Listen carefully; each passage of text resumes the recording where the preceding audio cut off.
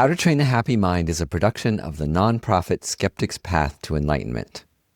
Our podcast and programs are free and ad-free thanks to the generosity of listeners like you. If you'd like to support us, visit howtotrainahappymind.org.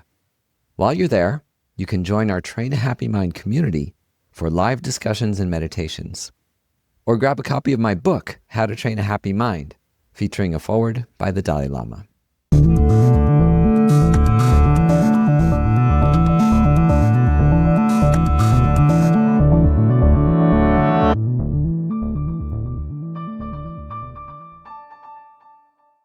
I'm Scott Snibbe, and this is How to Train a Happy Mind.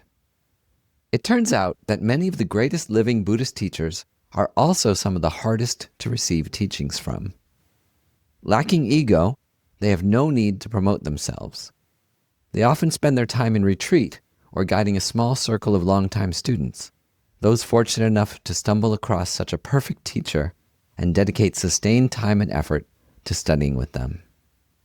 This is the case with my closest teacher, Venerable René Feusi. I've learned almost everything I know about Tibetan Buddhist meditation from him. Over the past 25 years, I've attended dozens of his retreats and studied with him for thousands of hours. It's hard to express the impact of his teachings, other than to say that they've made my life considerably more meaningful, beautiful, and joyful.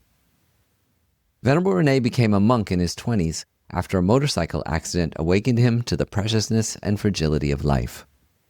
Since then, he's spent decades as a monk, including nearly 10 years in solitary retreat. He's one of the most respected yogis in our lineage, and he teaches from his own deep experience. He's not afraid to share what hasn't worked, along with what has. Out of a wish to maintain his solitude and focus on long-term students, and probably mostly out of humility, Venerable René has always declined my invitations to appear on this podcast. But last year, he gave a public talk at Seichen Ling Center in San Francisco on the benefits of concentrated awareness. I asked him if we could share it here, and he said yes. So here's Venerable René Feusi on how focused awareness, concentration, can help us live with joy, not just in formal meditation, but while walking, sipping tea, listening to music, or even playing with your cat. Listen now to Concentration Makes Us Happy.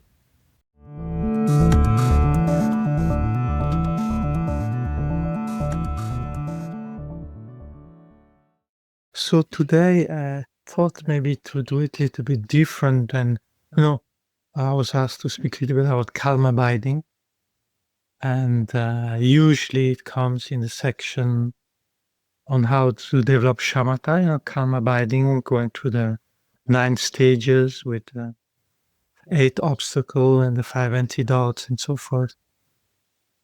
But I thought maybe to bring something else into it today. Because I think none of us will ever get shamatha in this life, It's kind of very, very advanced, So I think it needs years of practice in solitude. And even then, there's no guarantee that we get there, right? So instead of speaking of some kind of utopic realization that we won't get, I thought very practically in our daily life how to cultivate calm abiding and the benefit, with the lifestyle we have, how to bring in mental stillness, you see, and the benefit. And that I can speak from my experience because I try to do that every day. And it's kind of, So one thing is that usually with our busy life, we are thinking, and even when we don't need to think, the mind continues to think, rehearsing things about the past, making projects about the future, commenting our relationship with other people, commenting our job situation, thinking about the shopping we need to do, and the things we need to take care of. So basically, we always think about something, right? So very rarely do we just accept to do nothing, you know. So I think even getting 2-3 minutes here and there is fantastic. To be able to 2-3 minutes to disconnect of our thinking mind.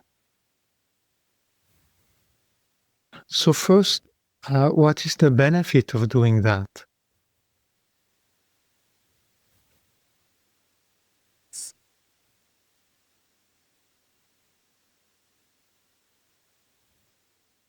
So when our mind is still, is you come closer to your soul. You go. Let's say you take the image of a lake. So the waves are the surface of the lake, right? So if you dive deeper down, you reach the stillness, the inner stillness, right? So the more you go into the inner stillness, more you're going to touch with your own wisdom, with your own intuition. So you touch another part of yourself where if you go there, somehow it's almost like you know what you need to do. Uh, it's not like the surface thought where you have an idea and then you have a counter idea. What if I do the opposite of what, So there's always this conflicting way of thinking about a problem, a situation. Whereas if you go down, it's almost like there's a quiet knowing, it's a quiet knowing in the sense that it's not necessarily that you know whether you need to go left or right. What you know is that it doesn't matter whether you go left or right. You create an artificial problem thinking whether I should go left or right. Ultimately it doesn't matter at all, whether you go left or right. And in there's that peace to know, whether I choose A or I choose B, it's going to be all right. It doesn't matter.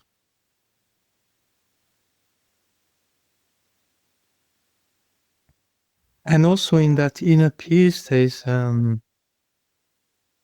satisfaction, a well-being. You see, when we live at the surface with our thought and things like that, we always think that the happiness is found outside. You see, who can I call to make me happy? What exciting thing I can do? Or what can I buy that will make me happy? So it's always outside, you see. Whereas if you go deeper into your mind, your psyche, into the silence of your mind, you realize, oh, actually, I'm happy like that. I don't need anything. I'm just happy. And I don't need any reason to be happy. And I don't need to cultivate this and that to be happy. I'm just happy, I'm content just to be, to exist. I don't need necessarily to do anything special to make me happy. And also, the deeper you go into silence in your mind, you also understand deeper other people, because they also have this silence and the depthness in themselves. And from there, there's a sense of empathy, compassion for all living beings. In a sense, we're all the same in the same boat. We all go through the same thing, but deep down, we all have this inner peace, or in Buddhist terminology, sometimes we'll call it inner clear light, the clear light nature of the mind, or the inner goodness, or the inner Buddha nature, right? So sometimes even in Buddhist, you see, we sit down, but instead of trying to experience this inner peace, we start reciting prayers and sadhanas and visualization and things like that, right? So we switch from outer busyness to spiritual busyness, right? And we don't get in touch with this inner peace, right? We just, there's some benefit in doing this prayer and this visualization, all that, but normally there are methods to lead you to this inner peace. But if we go there from the busy mind that thinks, and we bring that mind in then into the meditation, and it's just more thinking, doing, and one doesn't touch this inner peace. I don't know, in the old days, maybe in Tibet or in ancient India, if you look at modern life and you compare it to the life, before all this technological advancement, you had carts that were pulled by bulls, there were horses to travel, and your occupation was either farmer or trader or some kind, and then somewhere knew how to read, so they would write the letters and things like that, and they had maybe some aristocrat, and some soldier, and that was it. And the information you had is about your village and what was happening in the next village, and you would have 1 month or 2 months old news of what happened in the capital city. By the time it reached you, it was already old news. So our mind wasn't so busy in those times. There was no radio, no TV, no internet, and all those modern things weren't there. So I think the mind of people had naturally some kind of inner peace, inner contentment, and how to say, the mind wasn't as agitated and busy as our modern mind. Right? So when you see that that's the basic mind they had, so with that mind, then doing prayer and doing analytical meditation or doing sadhanas, this practice. So with that calm mind, experience would come, because you have that inner stability from which you start, right? So we start with a completely different mindset.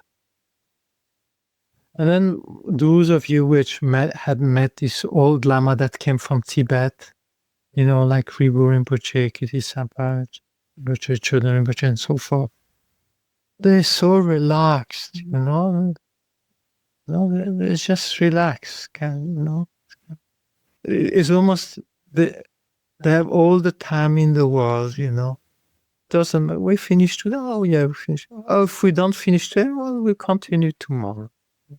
It's completely different mindset. And everything you do, you pay it complete attention and you do it slowly and well, Whereas we start with a rushing mind, I have 2 hours, I can quickly fit this in. It's different. So I think for us to learn, it's almost like we have to learn or unlearn the modern way and discover how people were naturally, 1,000 years ago. If we want to experience this inner happiness and we want to make spiritual progress, we have to go back to that mind, that is peaceful, that is content, and is able to pay attention moment by moment of what people are doing, what we are doing. So, I don't know. You see, if you're a busy mind and you're under pressure, you don't appreciate the flower. You don't appreciate the weather. You don't appreciate the sunshine, and the shadow that it makes on the floor, going through the trees. You don't appreciate because you're how to say, you're on a mission. You have to do something. You're not there to just appreciate what is there. Right? So I think when one's calmed down one's mind, suddenly one discovers the beauty of just existing and the beauty of what's around without needing to do anything special.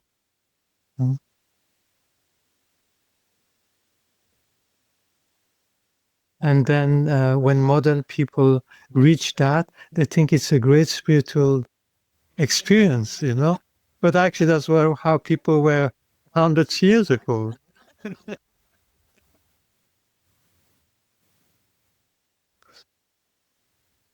I think for us, modern people, it's difficult to do nothing, right?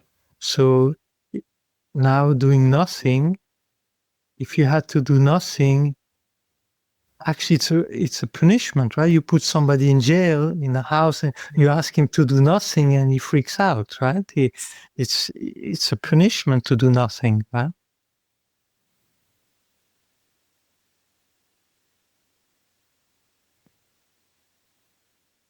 And we have a hard time to do nothing. You see, if you ask to do nothing for half a day, you will fill it with a lot of little things that, it's hard to do nothing. Yeah?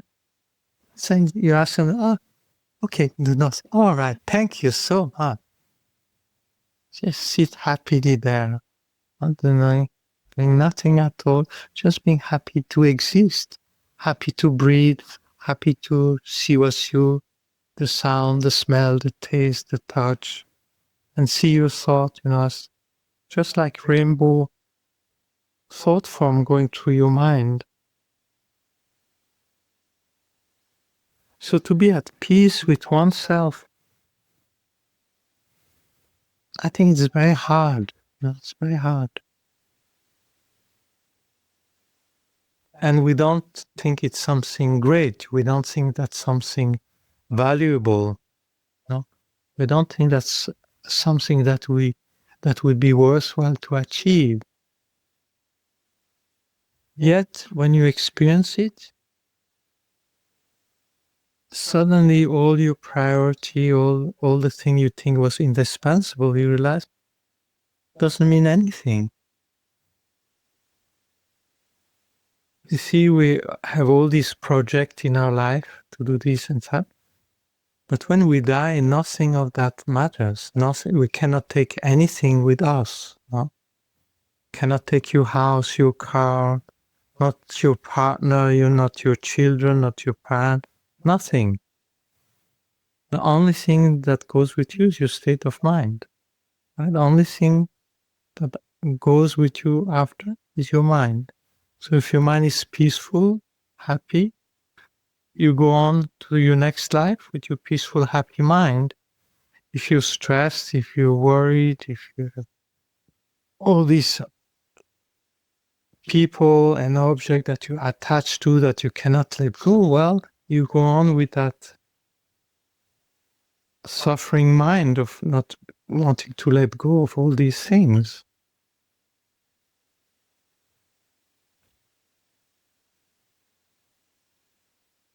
And then on top of that, you see, we think, oh, I'm going to die maybe in 20, 30 years. But actually, death can happen today on our way home, right? We get run over by a car crossing the road, get a heart attack, stroke.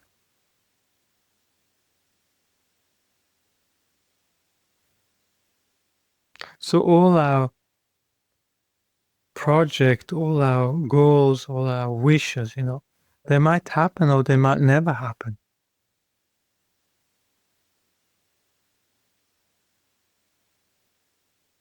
We have all these projects in this life, and then we die. So what from this life will we bring into our next life?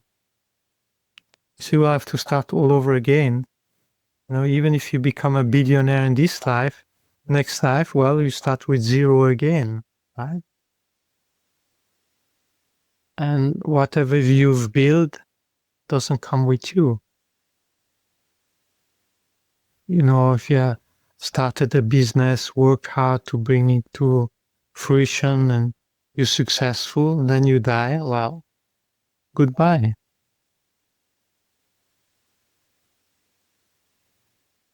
And the one thing that actually comes with us, we don't pay it any attention. You see, the peace of mind, the inner joy, the loving kindness that you have in your heart, that would actually help you in the intermediate state or your next life. That we don't pay much attention. So now you see, if we're able to go into inner peace deeper and deeper and deeper and deeper, you reach the mind of clear light, right? So when we die, we go through 8, first the consciousness separate from the earth element, then the water element, then the fire element, then the air element, and then it detached from the subtle body with the chakras, and so the consciousness withdraws from the subtle element that we got from the father, and then the subtle element we get from the mother. Then we got to the experience of black niraten, and we experience the mind of clear light, so the mind of death, right? So we have this ordinary mind, and we have a subtle mind, and we have a very subtle mind, right? So it's that very subtle mind that one day will reach enlightenment, right? So when one dies, one stays in that very subtle mind a few hours or a few days, right? And many people think actually they have reached enlightenment or paradise or whatever, right, in that experience. And they think it's because there's no time, there's no watch there, there's no time. So you stay in that time, in that space, a very long time from the point of view of the person being there. But then the force of your imprint, your habit, makes you come out of that experience. And then again, from that very subtle mind, you take again a grosser level of consciousness, and then the consciousness gets trapped again into the 4 elements, and then you're with this dream body of the intermediate state. And then with that dream body, depending on your imprint, habits, so it's like very similar to a dream state. Right? So in dream, each one of us have our own individual dream, depending on what happened in the day, the imprints, the habit. So the dream manifests, but it's actually created of our mind, right? So a person that dies in the intermediate state, he has this appearance of a world, but it's created by his or her own mind, right? And there, he's attracted to his next place of rebirth. So again, born as a small baby and have to learn everything from scratch again. So that is not, whether it's going to happen or not. It's definitely going to happen, but we don't know when. Right? So it's definite that we're going to die. It's definite we end up in the clear light. It's definite that we end up in the intermediate state realm. And for most of us, we going to be reborn as human and start all over again, right? Whereas if one experiences a certain level of inner peace, then you can use this experience of the clear light of death and actually make great spiritual progress there. See? So this life could be a last life as an ordinary being. I think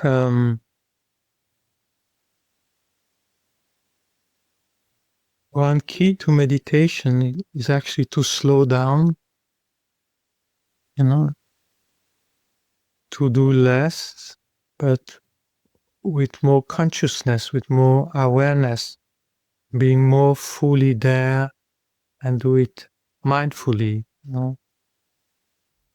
And I'm not sure that sitting in meditation is the best. No, that's I would say Eastern culture. I think you can get the same experience by drinking a cup of tea and watching the sunset, or being in your room and listening to nice music, or playing with your cat.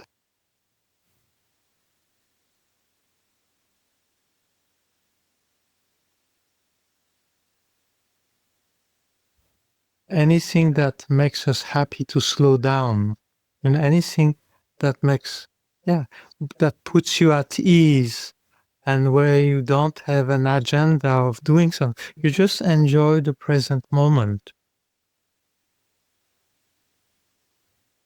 Personally, I think for us, one of the best meditation is going for a walk, you know, because most of us, we sit for work, instead in front of a computer, or, we sit, So to go for a walk is actually nice, it's pleasant, it's relaxing, So it helps our body. And while walking, uh, if you decide not to, how to say, resass, rethink or what you've done, you say, look, let go of your thought, and just being present while walking. Um, yeah.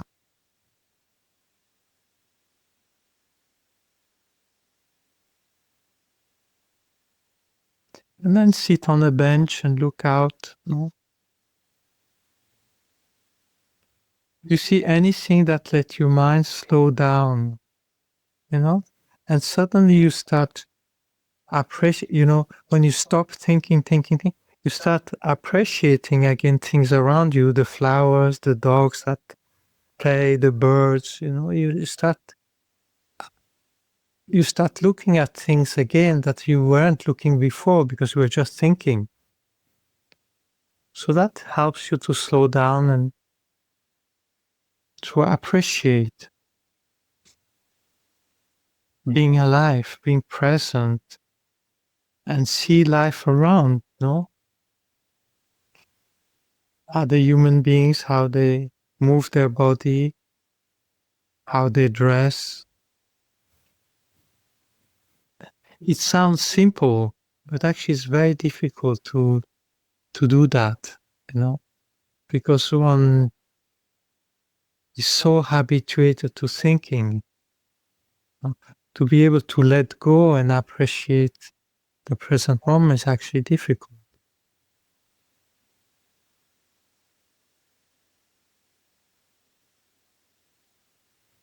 So normally, to get to a state of calm abiding, you must be able to rest your mind on an object for at least 30 seconds. So without being distracted by thoughts, right? You see, any object, and decide, to look it for 30 seconds, listen to a sound 30 seconds, or watch your breath for 30 seconds. So you can move to one object to another, because the mind becomes quickly restless. If you ask him more than 30 seconds to stay on object, the mind doesn't like, he's so used to overthinking, he cannot just rest for 30 seconds. But if you allow it to change the object, so it's a new object, so he's again a little bit curious, a little bit interested, right? It's funny how we always need to have an agenda. Why can't we just be? Just appreciate being alive. Eh, uh, when I used to be a kid, we used to go to my grandmother's village, and so you would see there were benches, all over the place, and you would see 3, 4 old people sitting on the bench and just taking in the sun. You know, they just appreciate sitting there on the sun, and they didn't even talk much. They just sat there on the sun, and they were happy to be with other people sitting, taking in the sun together. Sounds very simple, but we wouldn't be able to do that nowadays. But there is something, you see, if we could do it, you see, if you can experience that, there's so much wisdom that comes from it. Because when your mind slows down, you start seeing impermanence around you, and then you start seeing subtle impermanence. You see, because your mind is quiet, so you see how the other object changes, the other people change, how life changes around you. Because you're not moving, you see what's moving. You see, as long as it's that idea, when you're in a city and you run on rush hour, you don't see how much traffic it is, how much people move. But then you do go the same place on your day off, and you look, you don't have to run to your office. You just look and say, wow, how people run. Everybody's running to the office. And you're just surprised because that day you're off, you don't need to go fast. And you notice how much traffic there is. So the same thing, if you slow down your mind, you start seeing things you didn't see before. How things are impermanent, how life changes around you. And then the other thing you start realizing is how things are dependent arising. You see how things are actually empty to exist from their own side. They depend on your mind. You see how things are merely designated by the mind. If your mind is quiet, you don't have any thought, you don't know these are glasses. Because saying it's glasses is a thought process. There's a process of cognizing that object. So if you have stillness, you just see a frame there, right? Everything appears to you just shape and color. Your eye consciousness just see shapes and color. So if your mind is quiet, you just see shape and color. And then on that particle shape that has that particle function, so the idea of the function of that thing come to your mind, and then you label these glasses, clock, and so forth. So when your mind is quiet, you start seeing dependent rising. So you start seeing dependent thing around you. So for example, you go for a walk, and at the beginning, you don't just see a flower. You want to know the name of the flower, right? So you want to name it. You think as long as you don't know the name, you don't really know that flower, right? You want to know the name. But you reach a point where you don't care about the name. There's another level of experiencing that thing, right? So something that has a corolla with petals around and a stem, that thing you merely label flower, right? It's not a flower there indefinite from your consciousness labeling it a flower. You walk on the pavement, so there appears to be a pavement there, but actually it's only gravel and cement put together in a certain way, and your consciousness label that pavement. So there's no pavement there independent from your consciousness imputing it. So by calming down your mind, you start seeing how the consciousness apprehends things, how the process of knowing functions. And I think the more you know yourself, in its inner peace, in its inner beauty, you start recognizing that inner beauty in other people.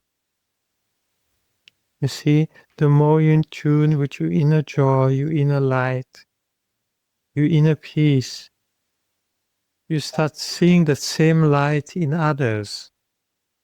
And then you realize that they are not in touch with their own inner light, even though it's there, but because they're in their superficial persona with its thought, thinking thing, so they're not even in touch with their own inner beauty, with their own inner Buddha nature. They completely live at the surface of it, their being, and they're not in touch with the inner being. So then compassion arises, naturally. You wish how wonderful it would be if they would discover this inner beauty, this inner joy in themselves. Another object that is, you see, whenever you have a sensation, a pleasurable sensation, you see, at the present moment, I have a pleasurable sensation of my feet touching the carpet. It's pleasurable, So I focus on that pleasurable sensation and I stay with it. So whenever you have a pleasurable sensation, because it's pleasurable, the mind likes to stay with it. So whenever you have something pleasurable, experience it. You see, if the mind is such that if it's something unpleasant, the mind naturally wants to go away from it. But if it's pleasurable, the mind wants to stick with it. So whenever you experience something pleasurable, just sit with it and be that. And then it can be another pleasurable thing, a sound or a smell. And then you focus on that for a little while. I think also, drinking, whatever your favorite tea or thing is. So to drink it like it is champagne or nectar, you really sip it and you try to feel, the pleasurable sensation that it produces. You just focus on that. So if one slows down, one becomes aware that we have a lot of pleasure in our life. There's a lot of things that makes us happy or brings pleasurable. They're very simple things. They're not complicated things. Just our five senses, touching object. And then once your mind slows down, then you observe who's the observer, who's the feeler. Am I a thought in my head? So you don't need a philosophy, you just need to watch. Once your mind calms down, you just watch inside. When you think, who's the thinker? When you go for walking, who's walking? When you eat, who's eating? And by asking yourself that question, by looking inside, it's like peeling an onion, layer by layer. Things fall apart and you discover deeper and deeper peace and deeper states of consciousness. And the deeper you go in yourself, deeper you can see in others. And the deeper you go in yourself, you see, the deeper you go in your inner peace, your inner joy, your inner light, you're able to touch that inner light, that inner joy in other people. And then love for all beings come about, because they all have this inner joy, this inner peace, this inner light, even if they don't know it themselves. So they all have this potential for enlightenment. And then when you see that they don't experience that, naturally compassion arises for them. we kind of complex modern people with a lot of education. But saints in the past, or yogis, some were completely illiterate. They didn't know how to read a book. Yet they could communicate with God, with the saints, with deities, depending on their religion. There are these visions and these higher perceptions, right? But they were simple shepherd or yak herder. So I have the chance to live quite a number of years in retreat and doing all this practice and all these studies and things like that. And every now and then I throw everything out. And I think, what do I know by myself without all this complex intellectual knowledge? What do I know by myself? And I just sit there. What do I know by myself? Well, it's definite that I'm going to grow older and I'm going to die. That's a fact. I don't need some lamas to tell me that. I know by myself. And I can see that certain states of mind are unpleasant and others that are pleasant. So in Buddhism, the unpleasant state of mind we call non-virtuous, and the pleasant we call virtuous. Right? But I don't need somebody to tell me that. I can see it in my own mind. And if you really think about impermanence, you see that all our worldly goals, I can die any moment. What's the point of all that? Rat race, where do I go? What's the point? I brought up as Catholic, and I remember as a kid, I was often thinking about what Solomon was saying, everything is vanity, and he thought about his kingdom and he's being rich and all these things and having all his wives and things like, palace life, So sometimes he would think about and say how all this is meaningless, you don't take anything with you. What's the point? Where does all that lead? So I think just thinking about impermanence, all what it implies, you can figure out that yourself. If you contemplate your life a little bit and you look with a little bit of distance, so yeah, where does my life lead to? And then yes, when I die, don't take anything with me. No book, no prayer, no rosary, no robes, nothing. You just go with your mind. And then the people you treasure in your life,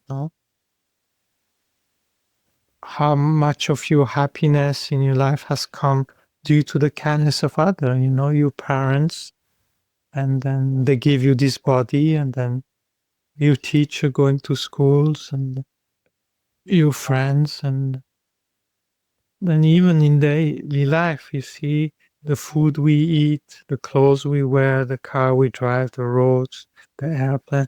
So everything is, we enjoy our modern life because of the work of so many people out there. So we are all so interdependent, right? We don't live our life in isolation. So by experiencing how our life depends on others, so a sense of gratitude comes, you see? Because we exist the way we do, because they exist the way they are. Our life is dependent on them. So affection and gratitude arise towards others. And then naturally the wish for them to be happy as well, not to have problems and difficulties. So loving kindness arises naturally. And then once your mind is calmer, then spiritual practice starts being effective. You see, once your mind is resting, then if you meditate on how things exist, on love, compassion, the wish to reach enlightenment for the sake of all being, any state of mind you think of, you can rest your mind in that state. If you think of dependent arising, emptiness, you can stay in that mind. If you want to visualize yourself as a Buddha form, you can rest in that state of mind. So with a calm mind, everything becomes possible. Everything works, And if you don't have that base, nothing seems really to work.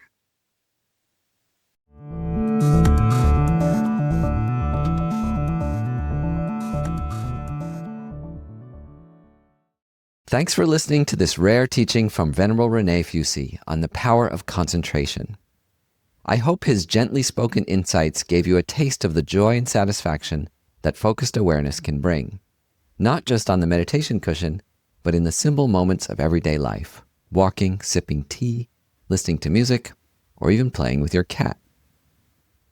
Next week, we're sharing a short guided meditation from Venerable René to help you cultivate the concentration he speaks about so eloquently in this episode. If this conversation inspired you, I invite you to explore all the 6 perfections in our ongoing series. We began with an introduction to the perfections with Dr. Jan Willis. We explored generosity and homelessness in a couple episodes with me. Dr. Larry Ward spoke about the perfection of ethics through his powerful reflections on America's racial karma. Kazu Haga explored the perfection of patience through his vision of fierce vulnerability, a nonviolent path for us to protest and eliminate violence. And Tenzin Choki most recently talked about the perfection of joyful effort, even in the face of adversity. There's just one more perfection to go, the perfection of wisdom, which we'll soon explore with the esteemed Tibetan teacher Geshe Sherab. If you enjoyed this episode or others, you might also love our Train a Happy Mind community, where we come together weekly for meditations, live discussions, and classes grounded in our non-religious approach to authentic Buddhist practice.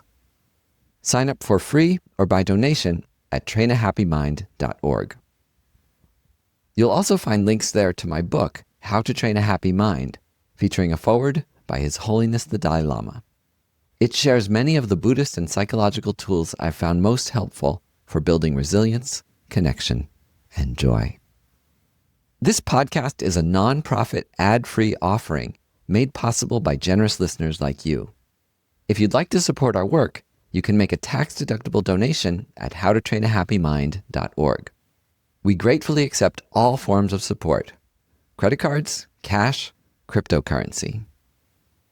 Thanks to Isabella Acebal for production and marketing on this episode. May you find moments today to simply be present, grounded, and joyful in the beauty of being you.